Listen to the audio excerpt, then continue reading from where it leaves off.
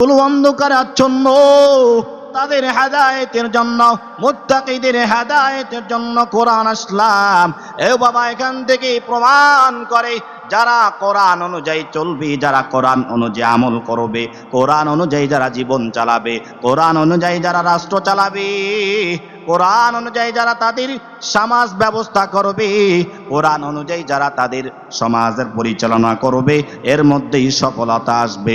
ও বাবা, তাকাইয়া দেখো, আমার নবীর দিকে তাকাইয়া দেখো, আমার নবী যেভাবে সম্মানী হয়ে গেছে, তাকাইয়া দেখেন ওমর রাদিয়াল্লাহু তাআলা আনহু। আমার চিন্তা করলো মুহাম্মদ কি দুনিয়া থেকে বিদায় করবে রে বাবা। এবার ওমর বনের বাসার দিকে রওনা হয়ে গেছে। আমর চিন্তা করলো, না না, মুহাম্মদকে দুনিয়ার মধ্যে রাখা যাবে না। কেন কোরআনের দাওয়াতগুলো প্রচার করে। যাক, ওই সময় পর্যন্ত ওমর এখনো কালিমা পড়ে নাই, মুসলমান হয় নাই। ওমর চিন্তা করলো, না না, মুহাম্মদকে রাখা যাবে না। এমন আসলা দিয়া দিছে আল্লাহ পাক ওমরের কলবে। আর আমার নবীকে মারি নাই, আমার নবীর সাথে আর দাঙ্গামা হাঙ্গামা করে নাই। নবী আবার ওমর এবার ডাক দিয়ে কয়, ও মুহাম্মদ, আমাকে আপনি কোরআনের জ্ঞান বুঝিয়ে দেন। আমি ওমর আর দেরি করতে চাই না রে মুহাম্মদ, আপনার হাতটা আগায় দেন, আপনার হাতটা বাড়ায় দেন। আমি ওমর আপনার হাতে হাত রেখে ইসলামের দলে অন্তর্ভুক্ত হয়ে যাইতে চাই। জোরে জোরে সবাই বলি না, লা ইলাহা ইল্লাল্লাহু মুহাম্মাদুর রাসূলুল্লাহ সাল্লাল্লাহু আলাইহি ওয়াসাল্লাম। আই বেলপড়ার যুবক, আই নগর টাঙ্গা বড় ভাইয়ারা, ও আমার বাবারা, এই ঘটনা বলার উদ্দেশ্য হইল, বাবা, আল্লাহ পাক আমাকে এত বড় একটা কোরআন নিয়ামত দান করলেন রে বাবা। আফসোসের বিষয়, আজকে কোরআনগুলো আমার আপনার ঘরে, বাসার মধ্যে, ঘরের মধ্যে, তাকের মধ্যে রাইখা দিছি। আমার সন্তানটারও আমি কোরআন পড়াই না, আমি নিজেও কোরআন পড়তে জানি না। ওই কোরআনটা 50 বছর আগে, 60 বছর আগে, 20 বছর আগে তাকের মধ্যে রাইখা দিছি। আমরা ওই কোরআন কেউ কেউ বছরও একবার ধরি না। কথা বলেন ঠিক কিনা? আপনি যেখানেই যাবেন, আল্লাহ পাক কেন কোরআন দান করলেন? কেন আল্লাহ পাক কোরআন দান করলেন? আপনি সমাজ ব্যবস্থা কোরআনের মধ্যে রাখবেন তো সমাজ সুন্দর থাকবে। রাষ্ট্রের মধ্যে আপনি কোরআনের ব্যবস্থা রাখবেন, রাষ্ট্র সুন্দর থাকবে। নিজের জীবন আপনি কোরআনের বিধান অনুযায়ী আপনি পালন করবেন, আপনি জান্নাতে হয়ে যাবেন। বলবেন, হুজুর আপনি শুধু বলছেন, প্রমাণ কি? ও বাবা, প্রমাণ আপনি তাকাইয়া দেখেন। আলী রাদিয়াল্লাহু তাআলা আনহুর জীবনী একটু পড়ায়া দেখেন। আবু বকর সিদ্দিক রাদিয়াল্লাহু তাআলা আনহু একটু জীবনী পড়ায়া দেখেন। কোরআনের সাথে ভালোবাসা থাকার কারণে দুনিয়ার মধ্যেই জান্নাতের সার্টিফিকেট পাওয়া গেছে। এজন্যই তো কবি বলেন, এই কোরআন যদি কোরআন অনুযায়ী জীবন ব্যবস্থা করতে পারে, এজন্য আমাদের মরহুম মাইনুদ্দিন আল আজাদ একটি গজল বলে গিয়েছিলেন, বলবো, সমাধান চাও যদি জীবনে মরণে, ফিরে যাও খুঁজে নাও চোখ রাখো কোরআনে। কোথায়? মোবাইলে, গুনার মধ্যে, নেকেট ছবির মধ্যে। কোথায়? সমাধান চাও যদি জীবনে মরণে, ফিরে যাও খুঁজে নাও চোখ রাখো কোরআনে।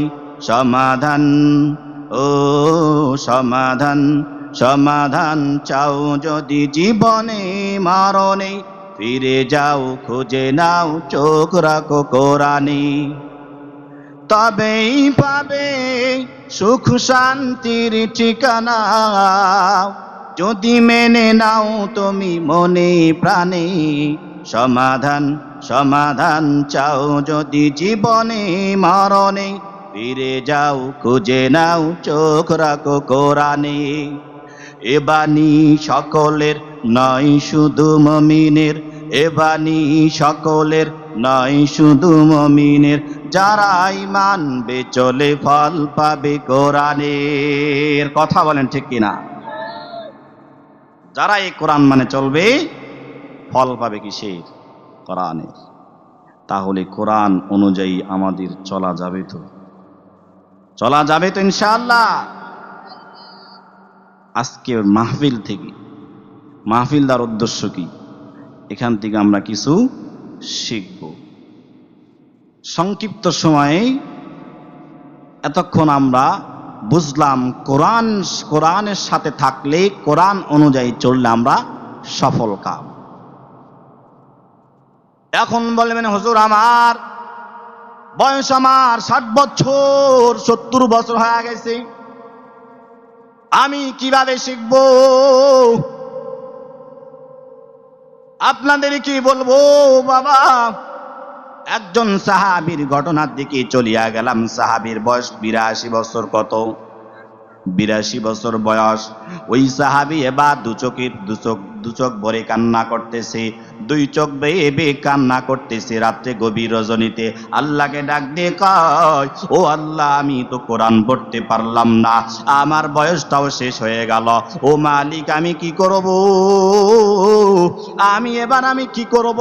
এই যে কোরআনটা এভাবে লইয়া কিতাবের মধ্যে আসছে, এভাবে কোরআনটা লইয়া প্রতি রাত্রিবেলা চোখের পানিগুলো ছাড়িয়া ছাড়িয়া কান্না করি আল্লাহর কাছে, ও মালিক আমি কোরআন পড়তে পারলাম না, আমি সময় দিতে পারি নাই আল্লাহ, আয় আল্লাহ তুমি আমারে মাফ করিয়া দাও।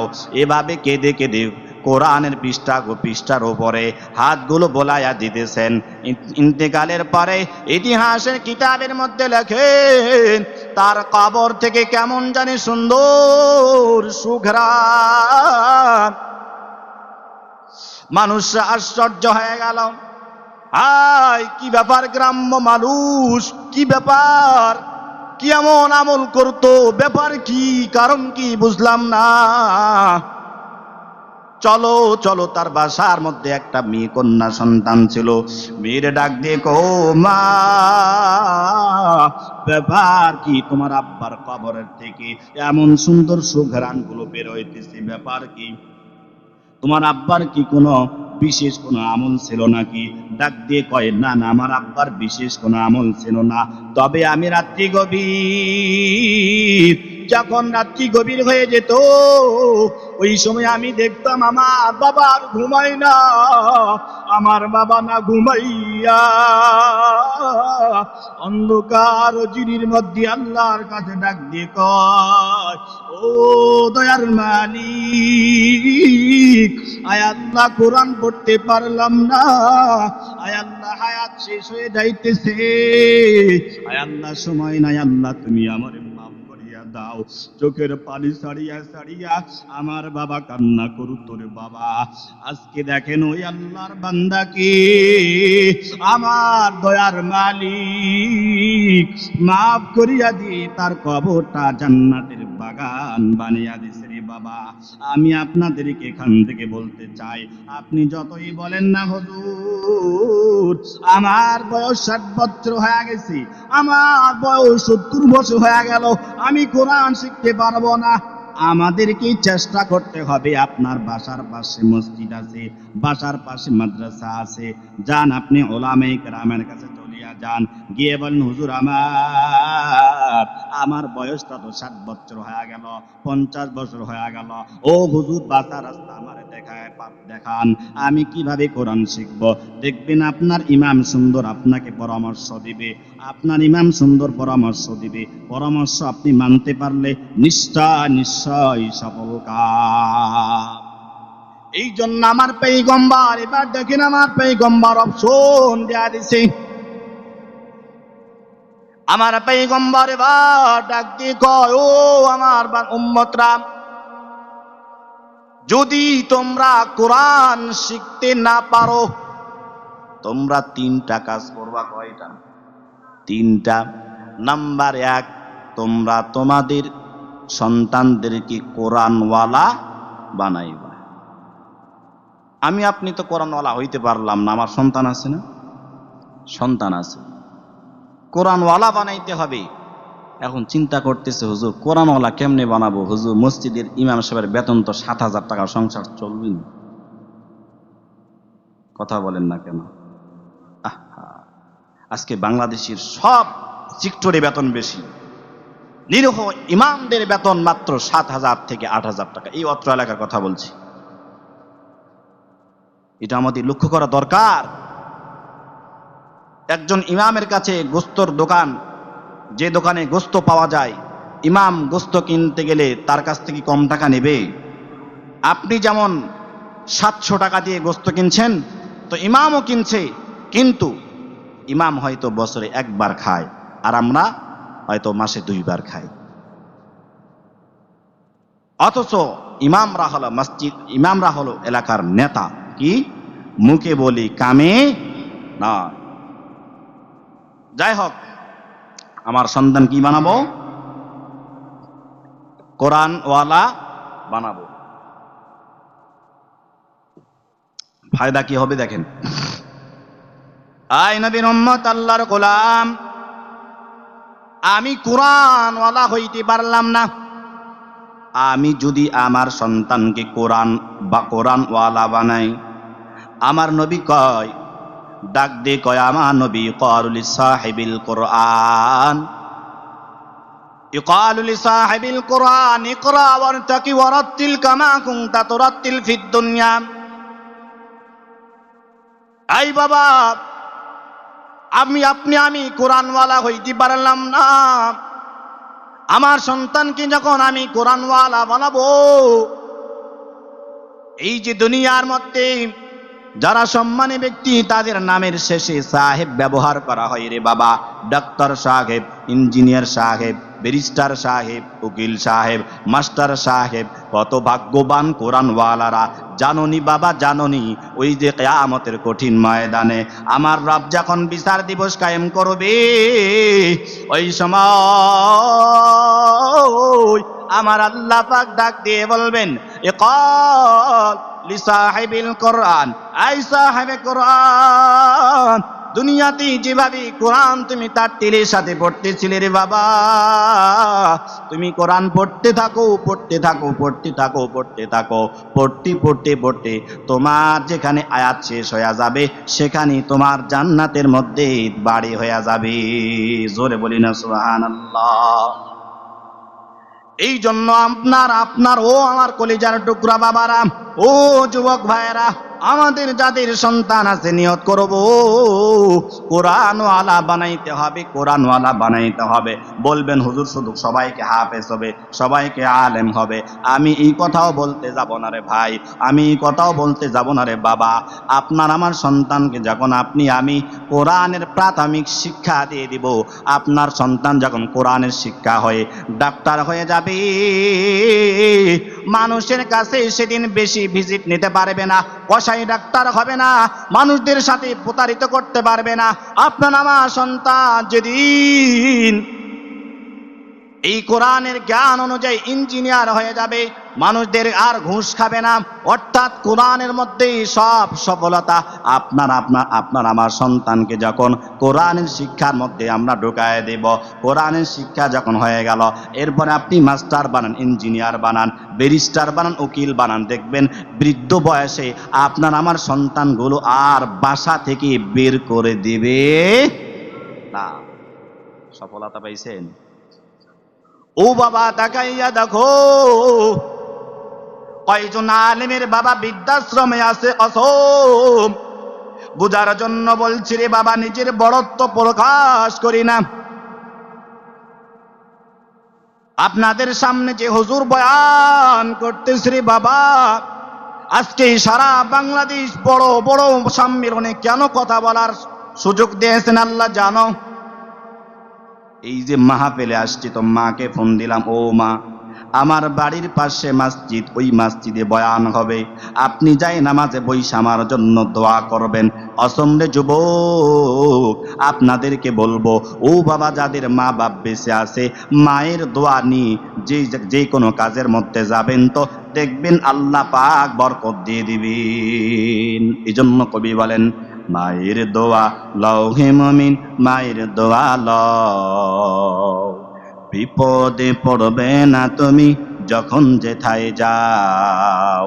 মায়ের দোয়া লও হে মুমিন, মায়ের দোয়া লও, বিপদে পড়বে না তুমি যখন যেথায় যাও। এই জন্য আপনার আমার সন্তান যখন কোরআনের জ্ঞানের হয়ে যাবে, কখনো মাতা পিতাকে কষ্ট দিতে পারবে না। ও বাবা, এবার তাকাইয়া দেখেন, আমার পয়গম্বর ডাক দিয়ে কয়, যখন বিচার দিবস কায়েম হয়ে যাবে, বিচার যখন শুরু হয়ে যাবে, আমার নবী এবার ডাক দিয়ে কয়, ওই বিচারের মধ্যে জাননি মা বাবা, কোরআনের মা বাবা, কোরআনওয়ালাদের মা বাবাদের সম্মান কি হবে জাননি? তার পূর্বে ওই পুরস্কারের কথাটা শোনো। আমার পয়গম্বর এবার বলেন, মান ক্বারা আল কোরআন ফাস্তামহারাহু ফাহাল্লা হালালাহু ওয়া হাররা হারামাহু ওয়া আদখালাহুল্লাহুল জান্নাহ ওয়া শাফাহু ফি আশরাতিন মিন আহলি বাইতিহি কুল্লুহুম ক্বাদ ওয়াজাবাত লাহুন নার।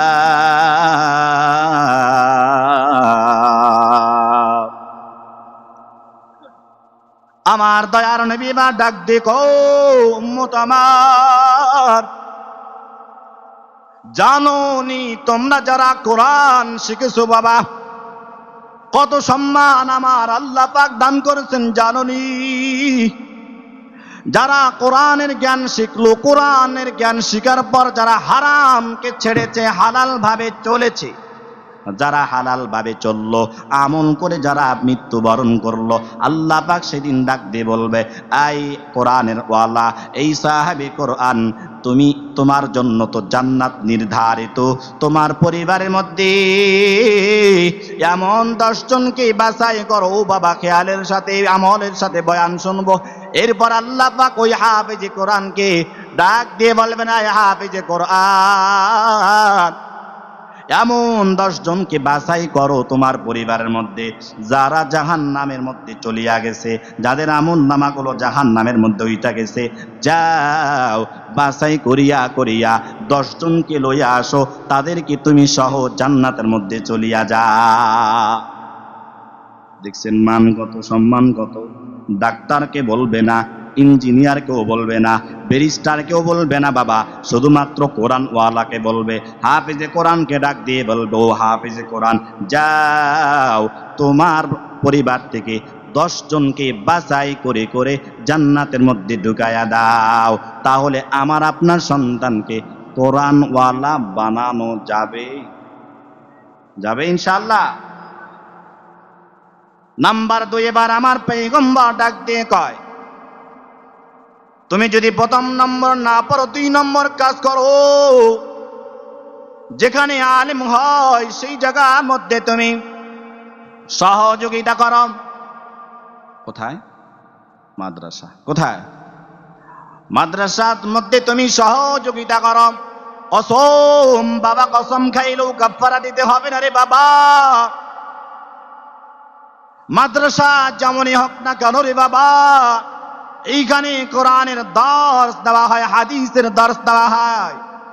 গভীর রজনীতে যখন আমরা ঘুমের মধ্যে বিভোর, ওই সময় ছোট্ট ছোট্ট বাচ্চাগুলো উঠা তাহাজ্জুদের জায়নামাজে বৈশা বৈশা আল্লাহর কাছে দোয়া করতে থাকে, ও দয়ার মালিক, আপনি আমাদেরকে মাফ করিয়া দান, আমাদের বাবাদেরকে মাফ করিয়া দান, এই এলাকাবাসীদেরকে মাফ করিয়া দান। আমার নবী ডাক দিয়ে কয়, ওই বাচ্চাগুলো যখন দোয়া করে, ওই এলাকার উপর ওই সময় আল্লাহ পাকের ফেরেশতার মাধ্যমে রহমত সাকিনা নাজিল হয়ে যায়। এরপরে নাম্বার 3 বাবা, লম্বা করব না। নাম্বার 3, এবার আমার নবী কয়, ও উম্মতরা, তোমরা যদি 1 নম্বর না কাজ না পারো, সন্তানকে আলেম বানাইতে পারলা না, মাদ্রাসাকে মহাব্বত করতে পারলা না রে বাবা। 3 নম্বর কাজ, আলেমদেরকে ভালোবাসো, আলেমদেরকে মহাব্বত করো। কসম খাইলেও কাফারা দিতে হবে না বাবা। আপনি আপনার ইমাম সাহেবকে কলিজা দিয়ে মহাব্বত করবেন, আপনি আপনার এলাকার ইমাম সাহেবদেরকে ভালোবাসবেন, আলেমদেরকে ভালোবাসবেন। দেখবেন যখন বিচার দিবস কায়েম হয়ে যাবে, ওই সময় যখন আপনার ইমাম জান্নাতের মধ্যে চলিয়া যাবে, আল্লাহকে ডাক দিয়ে বলবেন, ও দয়ার মালিক, আমি একা জান্নাতে যাইতে চাই না। নগরটাঙ্গাবর জাকির সাহেব, নগরটাঙ্গাবর আব্দুল্লাহ, নগরটাঙ্গাবর আব্দুর রহমান, আয় আল্লাহ আমারে ভালোবাসছে, আমারে মহাব্বত করছে আল্লাহ, আমি তাকে জান্নাতের মধ্যে নিয়ে যাইতে চাই। আমার আল্লাহ পাক ডাক দিয়ে বললেন, আচ্ছা ঠিক আছে বান্দা, যেহেতু তুমি সুপারিশ করেছো, আমি আল্লাহ রহমান, আমি আল্লাহ গফফার, তোমার সার্টিফিকেট অনুযায়ী তোমার সুপারিশগুলো কবুল করলাম। ওই বান্দাগুলোরে ধইরা ধইরা জান্নাতের মধ্যে নিয়ে যা। এই জন্য বাবা আপনাদেরকে বলবো, কারো সন্তান তুল্য, কারো ভাই, আপনাদেরকে বলবো, বয়ান শোনার উদ্দেশ্য হইল এই কান্দে ঢুকাইলাম, আরেক কান্দে বের করলাম, না না, চলবে না। আমরা বয়ান শুনবো, বয়ান শোনার পরে সামনে আমাদের কখন জানে মৃত্যু চলে আসে রে বাবা, কোন দিন যেন মালাকুল মাউত হাজির হয়ে যায়। সকালবেলা আমরা শুনি অমুক গ্রামে মানুষ মারা গেল, বিকালবেলা শুনি অমুক গ্রামে মানুষ মারা গেল, কখন জানি মালাকুল মাউত হাজির হয়ে যায়। এই জন্য আমার এক উস্তাদ ডাক দিয়ে বলতেন, ও আমার সন্তানরা,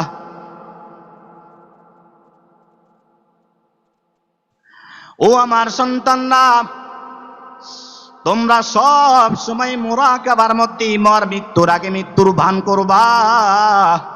ও কেন কেন কখন জানি মৌতের ডাকা ইসা পড়ে রে বাবা, কোন সময় যেন মৃত্যুর ডাকা ইসা পড়ে। আমরা যদি মৃত্যু বরণ করি হঠাৎ করে বাবা, আমল যদি ভালো না হয় কবরের মধ্যে সাজা হবে। আপনিও জানেন, আমিও জানি, কবরের মধ্যে গেলে সাজা হবে। আমল যদি ভালো না হয় কবর আমাদের কঠিন হয়ে যাবে। এরপরও কেন রে বাবা, কেন আজকে আমরা গুনার কাজের মধ্যে নিমজ্জিত?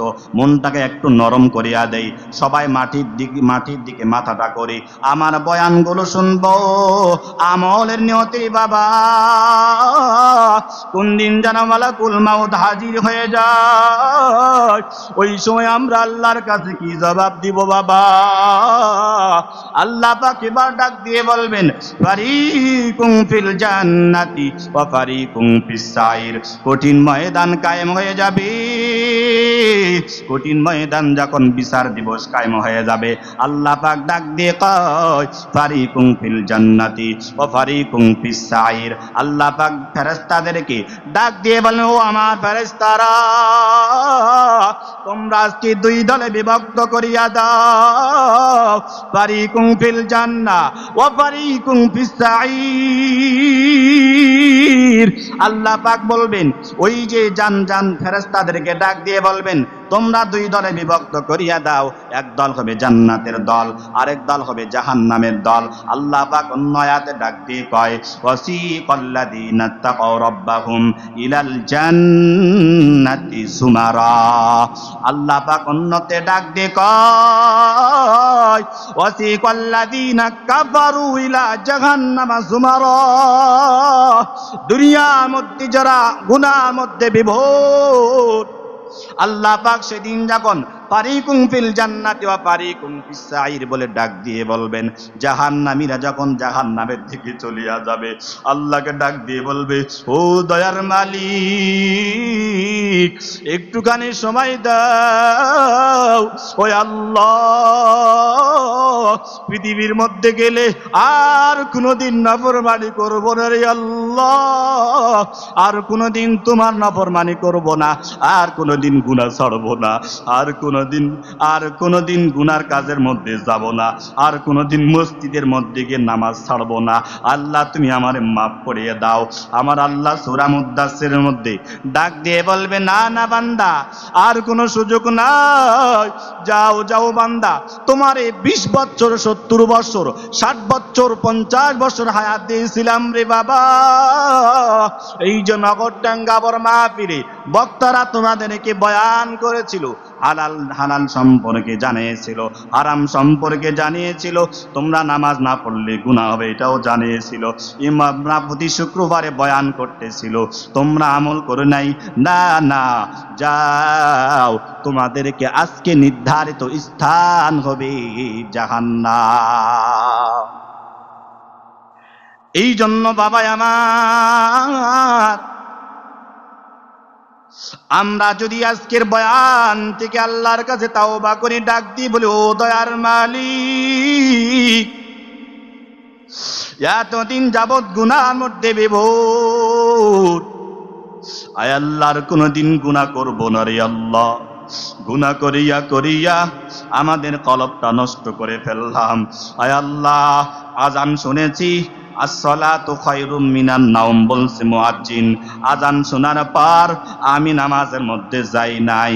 পর্দার কথা বলছি, ও আম্মা জান, আপনারা সবাই আমার কণ্ঠকে চিনেন, আপনাদের হাতে ধরে বলে যাই রে মা, আপনাদের পায়ে ধরে বলে যাই রে মা, আপনাদের কণ্ঠগুলোকে পর্দার মধ্যে রাখবেন, আপনাদের চেহারাগুলো পর্দার মধ্যে রাখবেন। না না, বাঁচার উপায় নাই, বাঁচার উপায় নাই। এই যে আমার পূর্বে যেই হুজুর বয়ান করলেন, কঠিন কিয়ামতের মাঠে আল্লাহ পাক যখন আমাদের আমলনামাগুলো হাতে দিয়ে দিবে, হাতে দেওয়ার পর বান্দা যখন হাতে পেয়ে যাবে, ডান দিকে তাকাবে, বাম দিকে তাকাবে, সামনে তাকাবে, পিছনে তাকাবে, সন্তান বাবার কাছে যাবে, বাবাকে ডাক দিয়ে বলবে, ও বাবা, আজকে আমি গুনার মাটি জর্জরিত রে বাবা, আমারে আপনি একটা নেকি দান করেন রে বাবা। বাবা ডাক দিয়ে বলবে, সন্তান তুমি কি বলো? আমি তো দুনিয়ার মধ্যে কোনোদিন বিবাহ করি নাই, আমার কোনো সন্তান ছিল না। ও বাবা, তাকাইয়া দেখেন, যেই সন্তানের জন্য মাথার ঘাম পা ফেলাইয়া ফরজ বিধান ছাড়ে দিয়া নামাজ পড়ি না আমরা কমে থাকি, যেই সন্তানের জন্য কামাই রুজি করি, ওই সন্তান কঠিন ময়দানে কোনো কাজে লাগবে না রে বাবা।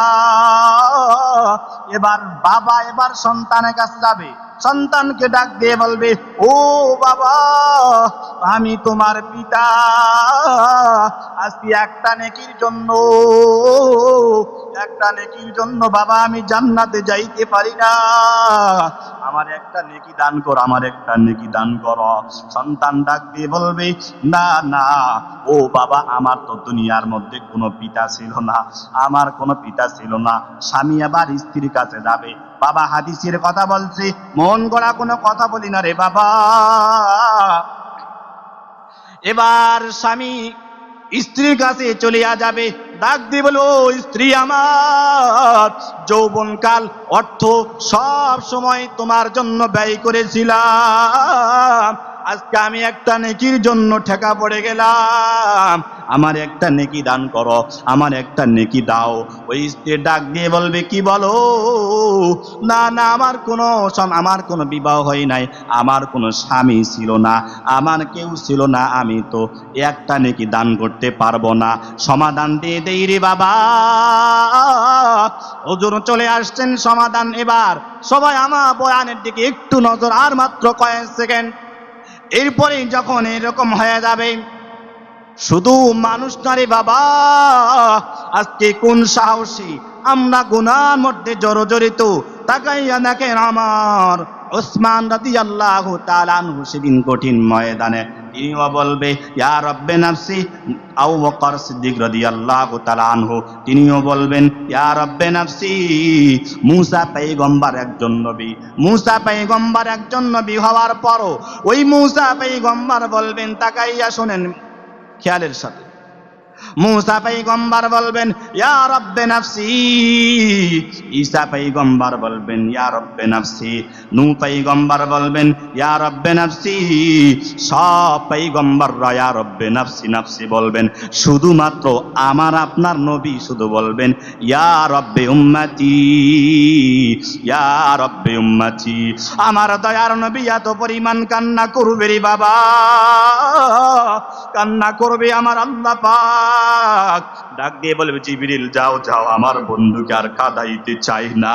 আমার বন্ধু ছোট্টকালে বাবা হারাইছে, ছোট্টকালে মা হারাইছে, তাইফের ময়দানে এত মারা মারলো, আর আমার বন্ধুকে কাঁদাইতে চাই না।